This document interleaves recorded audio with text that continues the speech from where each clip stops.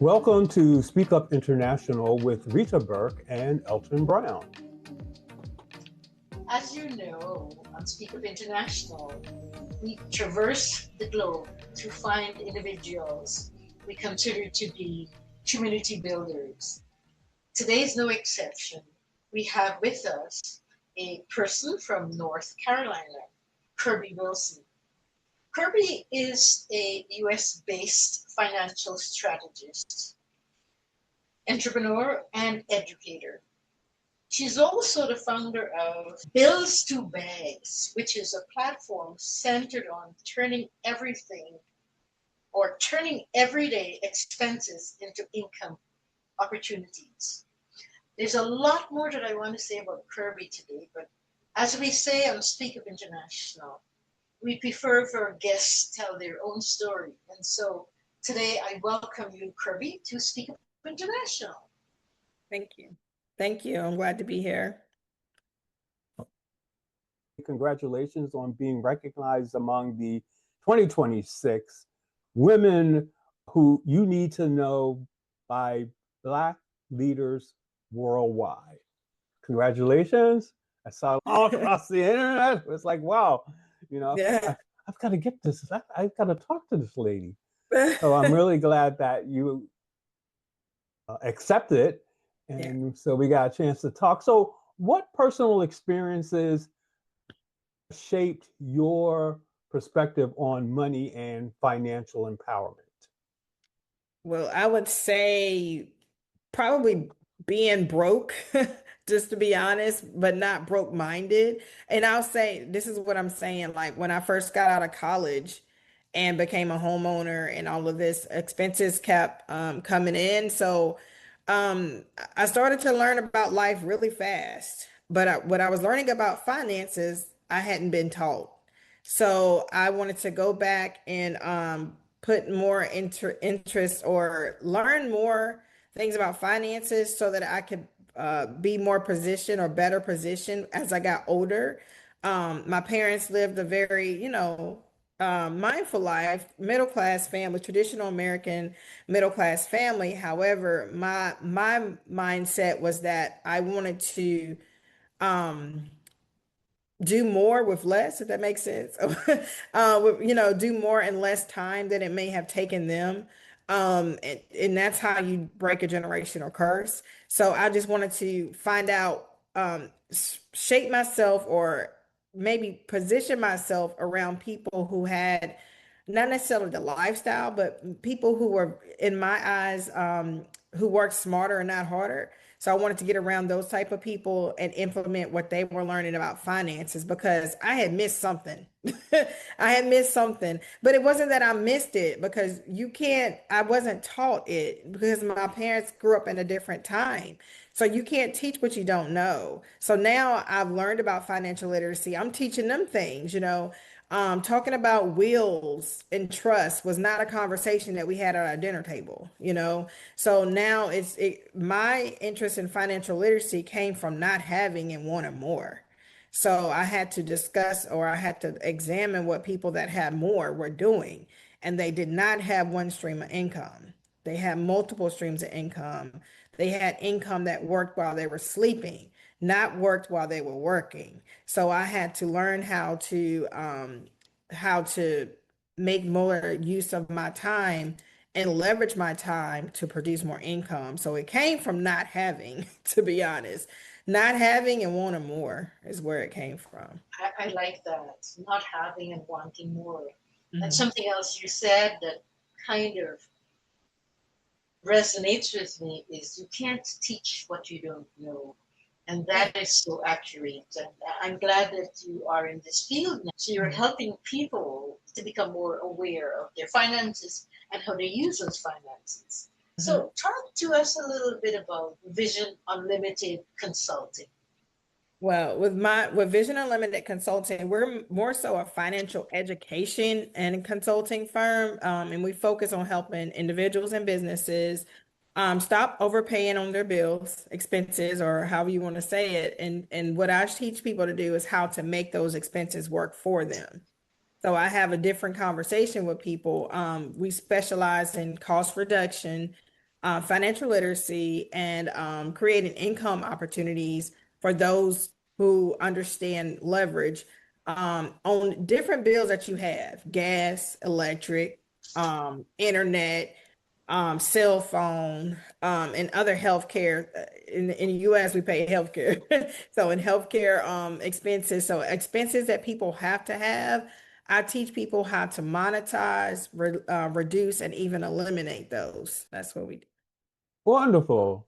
I know when you and I were talking about this, and I found this whole thing to be amazing. So if you can just go into debt. Now, the way I remember it, tell me if I'm wrong. The way I remember it is, okay, they come to you, Mm-hmm. they talk about their financial situation, Mm-hmm. and then you say, all right, so you have phone bill, gas, electric, you got to eat, you got to pay that car note. Why don't you just, bring it on over here to me? And in Mm-hmm. this way, as you're spending money, you're making money. Yes. Can you explain to our audience how that works?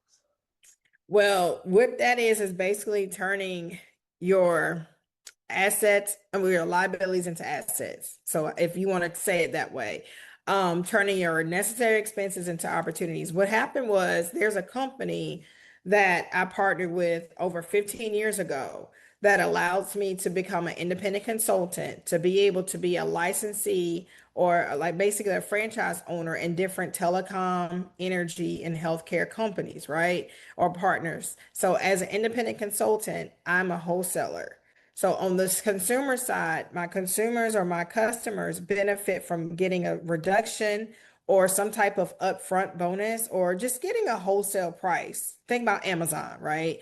Or I don't know if we could say names, but Amazon, if you go to Amazon, you might can get the same thing at Walmart, but on Amazon it's just more convenient, right? You just click and go. So I'm like the Amazon for bills, if you want to say it like that. A one-stop shop for bills, whereas you can go, I'm a wholesaler versus going to pay retail for it. So that's how you benefit as a consumer. But on the back end of that, I was like, you can make money on these bills. It made sense to me when someone shared this with me in 2011. So I'm like, I pay all these bills anyway. How and it, biblically, how do I become the lender and not the borrower? How do I become a producer and not a consumer? Well, you take those everyday bills that you have paying out, and you're as a consultant or independent consultant with these company, you are a licensee. You're able to turn around and make income on those bills because you're becoming the customer or the consumer, and you'll be able to turn those into bills to bags, if that makes sense. That's what a concept comes to. So I teach people how to, the educational side of how to potentially save money, but then, hey, you're paying all these bills every month. Let me teach you how to put that money back into your pocket as a producer. So it's just a concept of is everybody entrepreneurial and want to make money on their bills? No. But a lot of people are consumers. So there's a benefit to both ends. Either you want to make money, potentially make money, save money, or both. Both made sense to me because we were paying off those bills. So basically, in over 15 years, I've been a part of a 30-year-old brand or company who has been able to provide entrepreneurial opportunities for people in the US and Canada to wholesale everyday bills. So if that makes sense. Bills to bags. It has a beautiful ring to it. Mm-hmm. And certainly that was one of the questions I was going to ask you to explain that concept. And you've done that. So who are the people that come to you for support, for assistance, for counsel, for education? Pretty much, it ranges from individuals to families to companies. Because in my business, we support, residential clients or consumers, and then small businesses with 49 employees or less. So they found me through networking. I network a lot. I'm always at workshops because it's about relationship. You won't see me doing like co-marketing or something because co-market customers are great, but they may not retain. I develop relationships, I build relationships, I build trust because when people know, like, and trust you, they'll do business with you. So a lot of my business has been over the years from referrals, just doing good business with other people and say, hey, you need to contact this person. But it's more so community, family, and just word of mouth. And then LinkedIn, LinkedIn. But it's to be honest, it's relationships, building relationships and referrals. I've not had to do a lot of advertising because my business speaks for itself. Like I said, people know me because I built my brand, I built a trusting and a following, but it's more so through relationships and building trust with people. But I do individual to small business, it doesn't matter, residential and consumer and commercial. So anybody can benefit from my services. If you are 18 and older and you pay a bill, then it's a conversation that I can have with everybody. Wow. Okay, so I have two questions. After that statement, I know our audience is probably wondering, how can I get in contact with this lady? I've got 40 bills here that I've been struggling with, and maybe she can help me navigate my way through that. So if you can give your address, web Mhm. address, that would be great. And then I'll ask my next question. Okay, awesome. Well, my website for the free consultation, because people are like, oh, what's your charge? I charge nothing to take a look at people's bills to see if there's a way to reduce their expenses. If I can, we move forward and help them. If they're in a good position, then that's a great opportunity for them, right? Just to check, but it's bills2bags.com. So BILLSTOBAGS.com. You can go there. There's a quick video on there to kind of give you an overview, like a little mini commercial. But then it says schedule a consultation or free services analysis. Not sure which one. Click on that button and upload a copy of your bill. So, like I said, I do this in U.S. and Canada. Upload a copy of the bills that are listed there. It's going to be traditional bills, internet, phone, stuff like that are like traditional in your home. Don't do your mortgage. Actually, we do mortgages in Canada. In the US, we don't, but in Canada, we offer mortgages, electricity. So any bill that you may want to have reviewed, you upload that confidentially, and we'll meet on Zoom and we'll go through them together to make sure you're getting the best rate. So bills2bags.com, right? If you're interested in saving money potentially, right? If you're interested in saying, hey, this is something, I'm business and entrepreneurial minded, this sounds like something I would want to do, I just need to know more information. You go to the same type of website, except for .com, you're going to put .biz. So it's going to be bills2bags.biz. So .com to become a customer, and .biz to explore the business and get more information on that concept, because we're not a gatekeeper type of organization. We want to share this wealth opportunity with other people who are interested and open. And you guys, and I'm in the US, but US is a huge market for us, but Canada might be small, but it's very mighty in what we do. Canada is a very, very, very big opportunity in Canada for our So, company.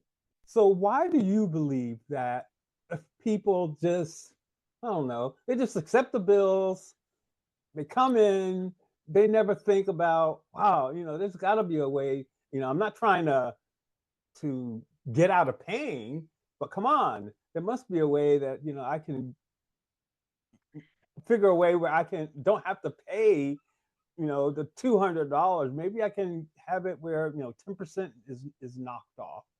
Why do you think people fall into that? Okay, well, whatever. Most people are conditioned for comfort. They're in the mentality, oh, if it's not broke, don't fix it. But a lot of times it is broke and it does need to be fixed, but you can't fix what you don't know to fix, right? So I was doing a review for a business owner here in Georgia. Looked at their electricity bill. Most people aren't saying, hey, most people are busy in in this economy right now. I mean, I don't know what y'all doing in Canada, but in the US, we are fighting for our lives. I don't know if y'all paid attention to we are fighting for our lives over here. So nobody's saying, oh, let me go see how many therms I'm paying on my electricity bill. They're just paying it because they're like, oh, this is here. But most people miss it. You miss it because you're not paying attention to it. But a lot of times I found a business owner is loopholes in these systems. So if you're a business owner, you have multiple locations, you're just trying to run your business. But a lot of times you're paying fees that you don't need to be paying. You're paying extra, like people aren't paying attention to this stuff. So when I reviewed the business owner that I did in the US, save them how much 64% on their gas bill. Now it might not sound like a lot, but when you have 20 locations, it adds up. So you're talking about potentially saving enough money to open another location to make more money. So people don't miss what they can't see, if that makes sense. So it's just up to me or a consumer advocate. What I do is I show people the loopholes and where their expenses and show them. And I've had people write me back and say, thank you so much. Like, saving $500 a year might be significant. It might take care of a expense for a child or something like that. So, and then in the US, healthcare is very something that a lot of people are dealing with. The expenses for that is going up. So people are conditioned for comfort and they just really need an advocate to say, hey, let's take 30 minutes to look at your expenses because, they're just so used to paying it, but they don't realize what they're until they sit down and assess their expenses, they don't see it. And you can't miss what you don't see. So I'm here to We're, help them see it.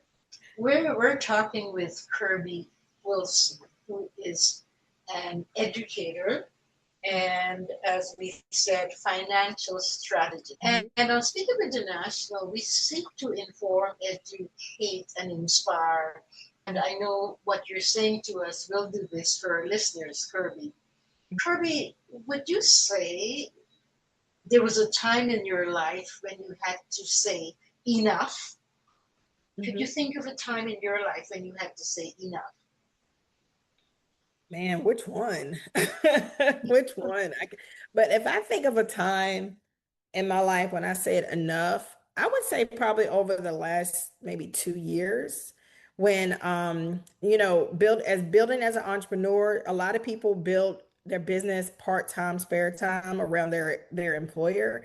But my employer um let us go twice. Same employer let us go 2024 on Teams. Had a Teams meeting and let about 300 of us go and said, hey, we'll give you insurance through Cobra. I don't know if y'all don't have that problem there, but Cobra is not, it's very not, and it's very expensive. And by the way, you have 30 days because legally they have to tell you, give you a notice, right? So that was strike one. And then I got another job, right? Really quick at the same company, moved up technically, right? Got more money, but then it was different. Um, Fast forward a year later, that job was taken away.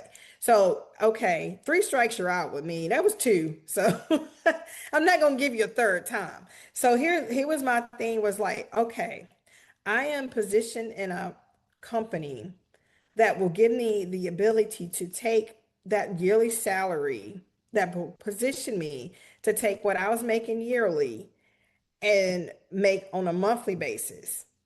It will give me position to do that. Why am I letting six-figure years keep me from six-figure months? So what made me think differently was having that level of comfort ripped away and having to use what I already have. So I think it really came in this season actually, where I was in a room with people, and I think you're probably alluding to like maybe another question. I think I'm gonna probably answer it for you. I was in a room with people who were I was this past weekend. I was in a room with It was eight-figure mastermind. That was the name of the room. And you, in order to get in that room, you had to net 500,000 or more. Okay. And it was black women that looked like me. Right. Now I was invited to that room. Okay. I was by the person that had it. So not there yet. Right. But they see the potential. Right. So I got in that room and um they were saying, give your number. What's your income you want to make next year? Right. I wrote down my number, very humble, just a number that made sense to me. But when I heard the other people's numbers in the millions, it made me realize I'm not thinking big enough. I'm not thinking big enough. So what made me realize that it was enough was I got into a room with people who didn't let their, here's the saying, you don't let people sit, hold on, how does it go? You don't let your ceiling somebody else's floor. That's what it was. So what it was, the number I wrote down, the person beside me said, I made that last week. So that was my moment. No, that was my moment. And it made me, so when I tell people that, you either thinking too small or not big enough, right? It's the same thing, right? So I was like, man, I am limiting the calling that's on my life. So I tell people all the time, do not let a six-figure year keep you from a six-figure calling. So that was, six-figure month calling, six-figure years versus what you can do six figures in a month. So I just really had an aha moment. This was recent. This was like as of last week. So that was my moment to really think, my pastor always says, think local, build global. And to your moment to revisit and to reframe what your goals are financially. Yeah, but see, my goals financially are, yeah, mine are great, but they're also tied to other people's goals financially, if that makes sense. So people need me to do what God has called me to do so that they can get to where they need to be financially too. So if that makes sense, somebody, my pastor used to say, and I'm sorry, I don't know what kind of show this is. I'm just talking about my religion, but my spiritual leader says that your calling, somebody's yes is attached to your calling. So in order for me, I'm kind of responsible for other people. Not really, but I am. Um, it's placed on me because I do things that I do because I know it can help others, whether they're saving money or potentially making money. So my drive it isn't many really money motivated. It may sound like that, but it's mission motivated. Because when you have more income coming in, you can do more, you can give more. And with your more, when you're able to do more um for yourself, right? But your overflow is going to come from what you do from other people, if that makes sense. So, Yes, that definitely makes sense. mhm. All right, so we talked about your company and its benefits. So can you give us a real life example of an individual who came to you with their bills Mhm. and saw the light? I'll leave Mhm. it there. Oh, I mean, I do it all the time, but I'll just do a cell phone customer. I just told her, we did a comparison. This is what she was paying. She was paying almost $600 for her cell phone bill. And showed her our rate, and it was like 200. It wasn't even 200. It was close to, it wasn't even 200. I feel like it was less than that, but it saved her more than half on her bill. And you know what I'm saying? Sometimes I can help people with that. Sometimes they may be in a better situation. This particular customer, when she saw the savings, she referred me to other people. So it's just, I, I can't think of one time. I mean, with the business owner I told you about, when they saw they saw their bill go from, they saw it go down 60 something percent. That was an aha moment, because especially when you have multiple locations. So I do it all the time. I just had a customer share yesterday that their bill went down 30 something, 32%, I believe, in Georgia. So, I mean, I get those stories all the time. And I didn't highlight this, but one of the services, I talked about the telecom and the other services I have. I don't know if you guys have a lot of people with student loans there, but student loans is a $1 trillion deficit around the world, and I help people save money on that. We're identifying forgiveness programs that people don't know that they're eligible for. Literally helped. In the last 6 months, I've helped establish over 1 million for my clients in forgiveness money.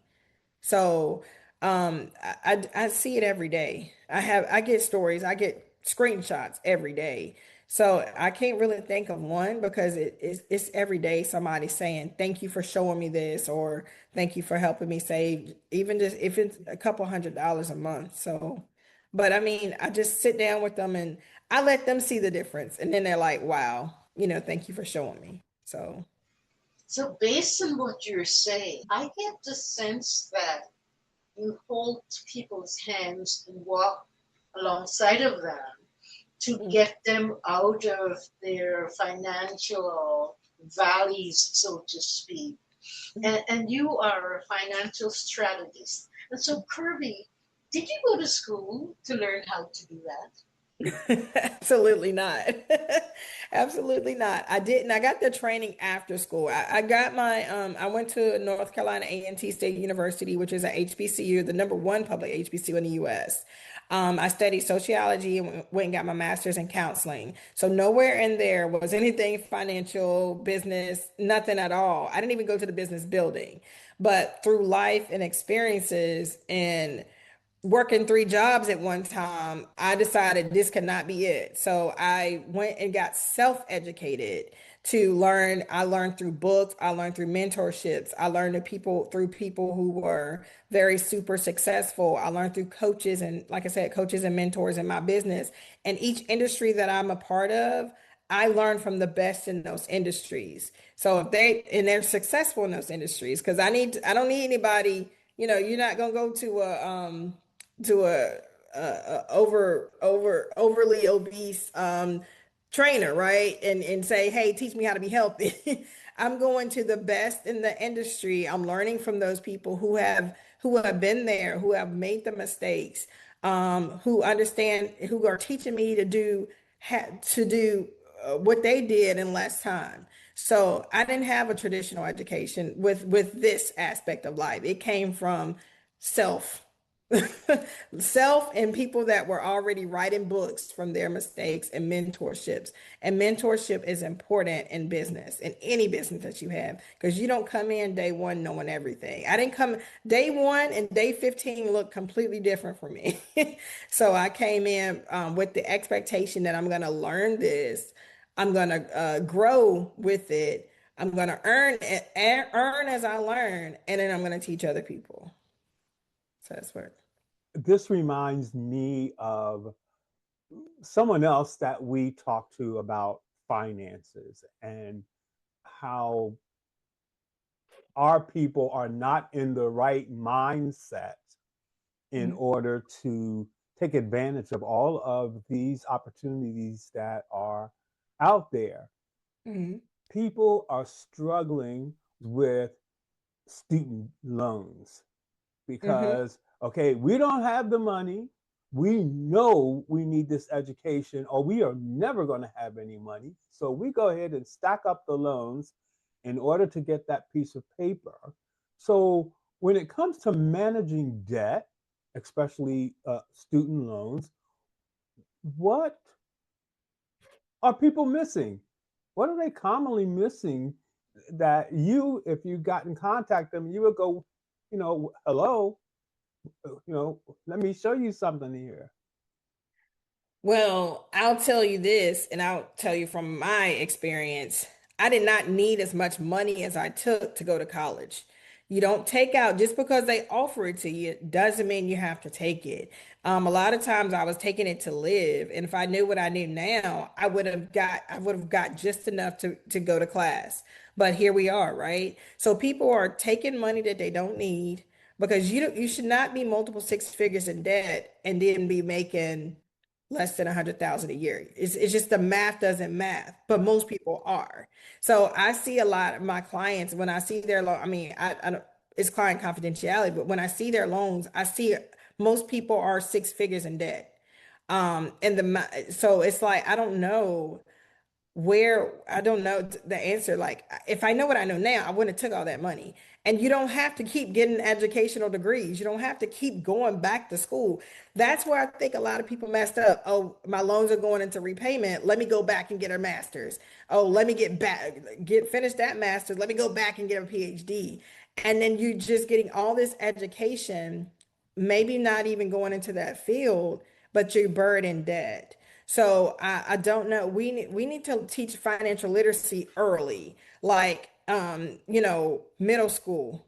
And it really needs to be I think it should be, I don't know if it's in the curriculum there, but it needs to be in a curriculum here. It needs to be, oh, I got PE, but then I got financial education 101. Just like you have to go to PE and take a test, a physical education test, you need to go to a financial literacy course. Do you know the basics about financial literacy? Do you know what a trust is? Do you know what high value, high yield savings account is? So we got to start teaching this stuff to our kids early. We need to position them early on to not have to take debt. Like I don't have any kids. My kids will not have to pay a dime to go to college if they decide to go to college because I refuse to have them live in debt for the rest of their lives. So we got to start saying generational wealth. We got to start saying, sorry, generational wealth and start putting that in our mindsets early. I think that we're just not implementing this early on. But we're having to learn now because we're in a season where where financial education is more, it's talking about all the time. So the information is there.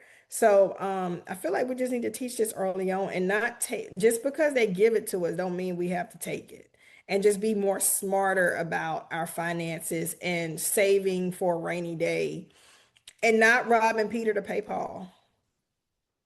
That's another thing. I agree with so many things you said that we need to begin to teach our young people about financial health Mhm. and how not to get themselves into unnecessary debt. I Mhm. remember way back a relative of mine, and he wouldn't mind me telling this story, was graduating from university, and I suggested him that he starts off with a used car, but he didn't pay much attention. And he tells that story now because he realized it wasn't a wise decision on his part. He went out and got himself in debt for a brand new car, and that didn't serve him well. So yeah, I hear you. But sometimes we tell them and they don't pay much attention, do they? They still have to do their own thing. Mhm. But I need to know from you who or what is responsible for the person that Kirby is today. Man, I would say God for one. I'm a spiritual person. I believe in a higher power, and that's the reason why I am who I am today because I've had to go through. I tell people you go through to get through, and you get through to go up. You know what I'm saying? So sometimes you have to do that. But I would say God and my parents. Um, I have my parents are blessed to still be with me. My dad 92, my mom is 80. And they're still here with me. And I would say just learning from them, there's like I'm adopted. And then for my parents to have taken me on, made sure I had any and everything and above what I needed. And just watching their work ethic, their training, their humbleness, it made me who I am. So I would say just my parents and God, but in me wanting to be a better person. Because if you, I tell my people all the time, my greatest competition is the person I see in the mirror. So how can I be better tomorrow than I was today? So that's just how who God, faith, and family is like what where I try to keep myself grounded. But I would say my parents. They just instilled in me early to be a good person, make good decisions, pray. Pray before you leave and just little stuff that they did that I take with me in my life and my business that have made me who I am. And I would just life experiences too. Because the older you get, the wiser you get. You ever talk to some, I'm like, dang, my dad is 92. It's so many things I want to ask him because I appreciate that. He can tell me life lessons that I can't get from a book, you know? So just being that person molded and wanting to do right by people and being integrous is I owe that to my parents. Just being raised right. I'm in from the country, they country girl. They raise you right so you can do well in the community and in life. So it's just my parents and God for sure. So how old is your dad? 92. God bless him. I remember when you were a kid and you did something naughty. I'll just put it like that. Hmm. And then you went to your parents and you thought you got away with it. And Hmm. then your parents come back and tell you what you did. And then you go back to your room scratching your head saying, how did they know that? Hmm. It's because they They've done probably it. they've already done it already. So Absolutely. so these tricks we think that we're playing on our parents, they've already done them. So this is how they already know. Yeah. There's a phrase or term that I ran across. It's called the smart financial system. Mhm. Can you give us a taste of what that is, what that system is? Or are you talking about, I know SMART goals. What about smart goals? Strategic. I'm trying to remember what they remember. I taught this years ago. Strategic. It's abbreviated. Strategic, measurable. Um, and I forgot the other three type. That's Time, okay. timely. So I'm trying to think. But when you're setting, I'm sure those are tied to finances too, right? Make smart financial decisions. Make accurate, measurable financial decisions. So I would think it would be in the same alignment as your SMART goals, but and then timely goals. So you don't say, "Oh, I'm gonna start a business this month and I expect to make 1 million next week." So timely goals and finances. So I'm sure it's probably they're both aligned in some accurate, measurable. They're probably aligned in some type of aspect, but that's something new to me. So I'm sure I'll probably Google it and be like, oh, that's what he meant. But yeah, I would say they're probably aligned together. I want to get a little playful now Mhm. and do a rapid fire question. And Mhm. I'm going to throw it at you and you go wherever you want with it. Shopping. Mhm. I want you to take that word and go wherever you want with it. If you can't buy it cash, you don't need it. That's it. Don't put it on credit. The credit is meant to, and I know I'm probably gonna have some people that be like, nope. But I'm learned like I don't. I'm in a season where I'm building, so I'm not even I'm not reusing clothes because like those things don't mean a lot to me right now because I'm in the builder phase. Now shopping, go out, buy those shoes, buy that purse. But if you can't afford it, if you gotta go and pay somebody else for it, then you can't afford it. So you know what I'm saying? So live beyond your up what is it? Live within your means Mhm. and just don't be because you're gonna have to pay that back with interest. So unless you just want to keep doing that, go out. But if you can, somebody always told me if you can't buy cash, you can't afford it. So that's just what was instilled in me. And they always told me that credit is meant for business owners to build and make more money, not to go shopping. So, you know, but it's if you feel like you want to treat yourself to dinner, you worked hard, and you want a $50 steak, $60 steak, then by all means go treat yourself. But remember that you're gonna have to pay next week. Next week. But no, I mean shopping, I'm an avid, like I love to shop. I love to shop. But I'm like, okay, is this adding value to me right now?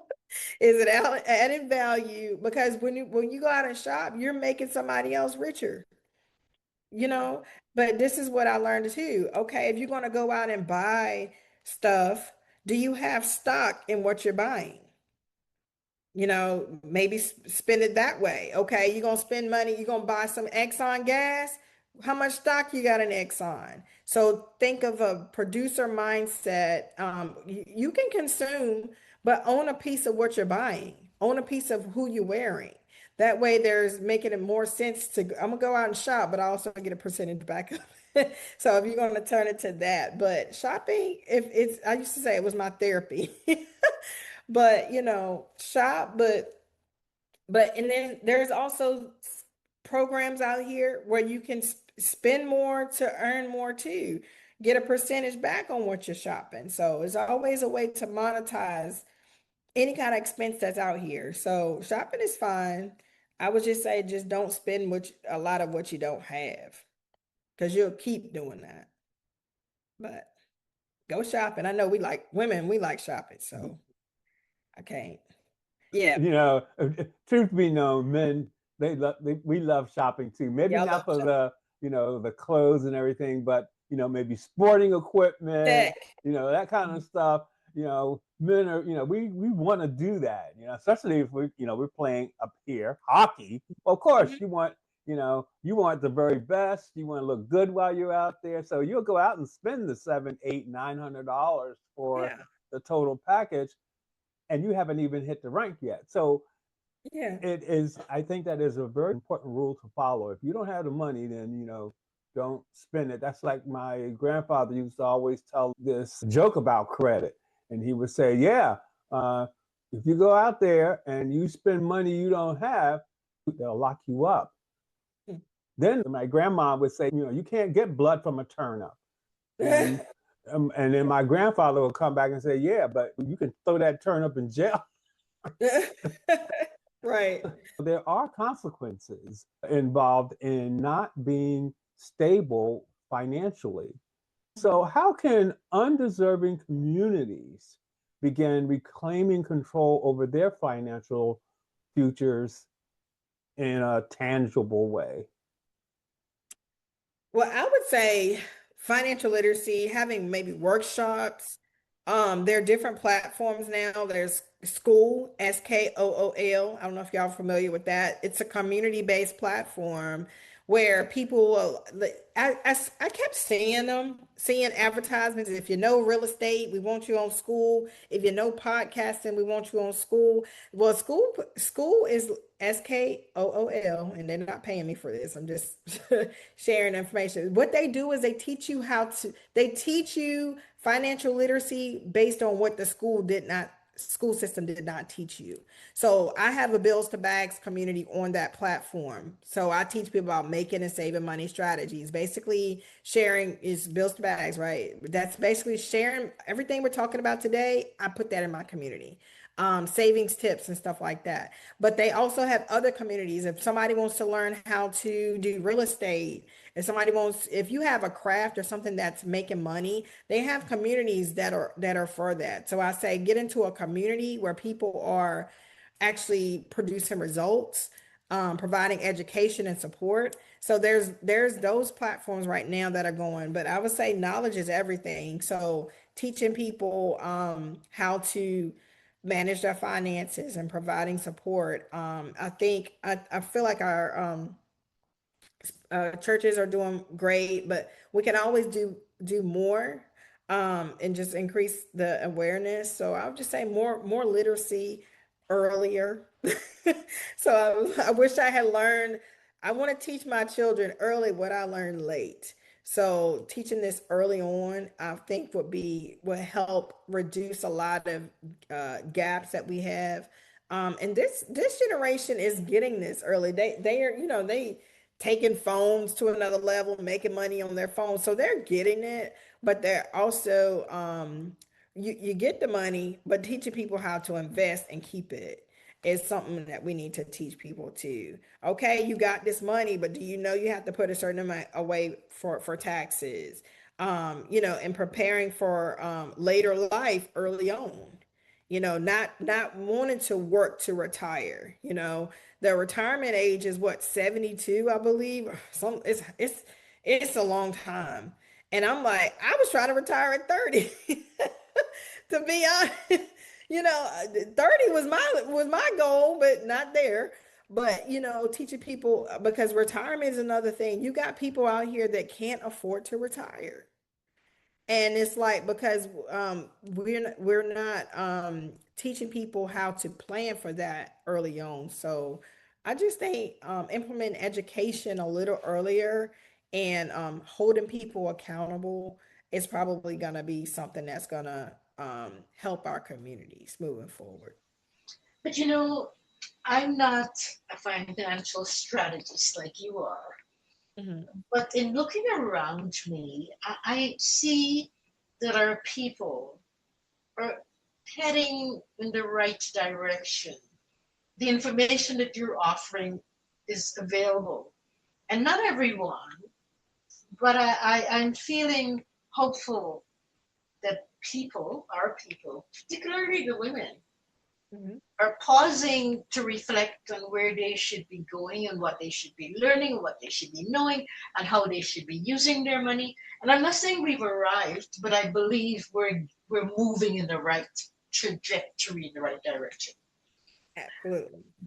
But I Absolutely. have another rapid fire for you, Mhm. and it's the word joy, as in J. Mhm. Take that wherever you want to take it. I would say joy. I align it with peace. They kind of align together. Joy is being fulfilled at where you are now. I think that would say what joy is, or having just having a peaceful mindset. Because I think that's where I'm at now. I might not be where I feel like I should be, but I'm at peace with where I'm at, because I understand that that's a part of my journey. And so when you have joy, you're happy generally. Like when sometimes people ask me, "How's your morning?" My concept is I woke up, I'm happy. So I don't have a bad day. So that's what joy is to me, being okay with where you are, but expecting of where you're going. So you're at a sense of alignment and you're at a sense of peace. So I'd say that's what joy means to me. So yes, ma'am. Well, I must say that it has certainly been a joy to have you on Speak Up International. It has been informative. I Mm. think we need to have conversations like this where they're open Mm. and people are allowed to speak their minds, their truth, hopefully initiate change in individuals' mindset so that they are open to the idea of being able to spend money to make money through your support. Rita, do you have anything you want to add to that? I just want to say thank you, Kirby, for joining us on Speak Up International. Something that you mentioned that has left or will leave a mark on my DNA is the fact that your competition is the person you see in the mirror. That is so profound. And yes, it would be nice if many people, most people, could buy into that, could embrace that philosophy of life. So thank you for sharing everything that you shared with us. And I'm sure that our listeners would benefit tremendously from everything you've said. Thank you. Oh, thank you for having me. Appreciate it.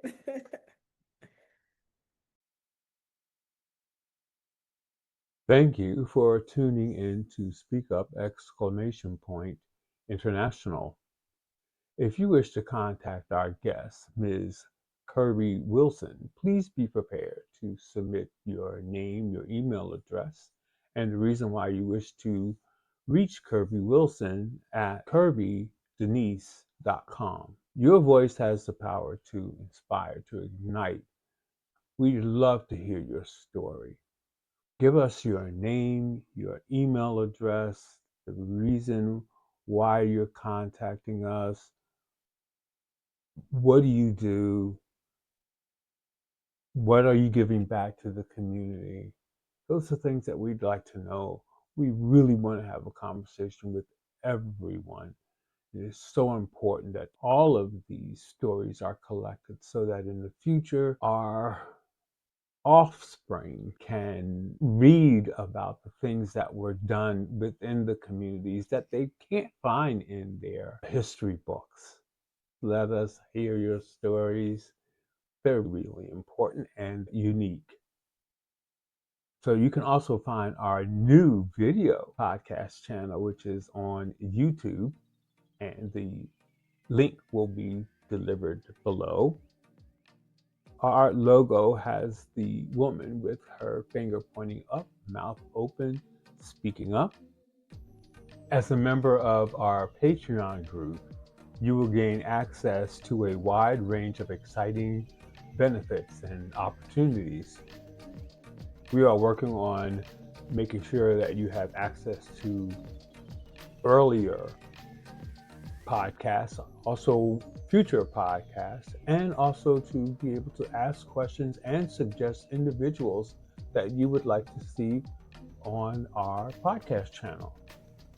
Your contribution of $2 or $5 monthly will help sustain the continuity of our podcast, but also allow us to enhance the overall listening experience for all of our dedicated followers. Let us help you. www.patreon.com/speakup international. Don't miss our next episode. Join us again on Speak Up International, where we aim to inspire, to inform, educate, and entertain you.